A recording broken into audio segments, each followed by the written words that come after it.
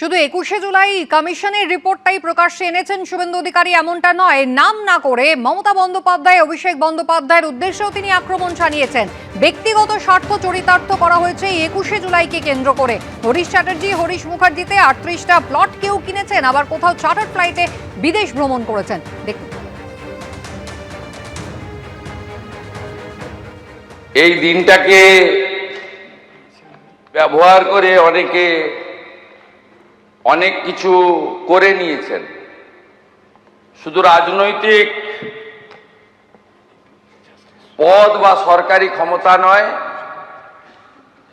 ব্যক্তিগত বিষয় সম্পত্তি, চার্টার ফ্লাইটে ঘোরা, হরিশ চ্যাটার্জি, হরিশ মুখার্জি স্ট্রিটের ৩৮টা প্লটের মালিক হওয়া, অসংখ্য প্রাসাদের মতো বাড়ি তৈরি করা, অনেক কিছু করে নিয়েছেন।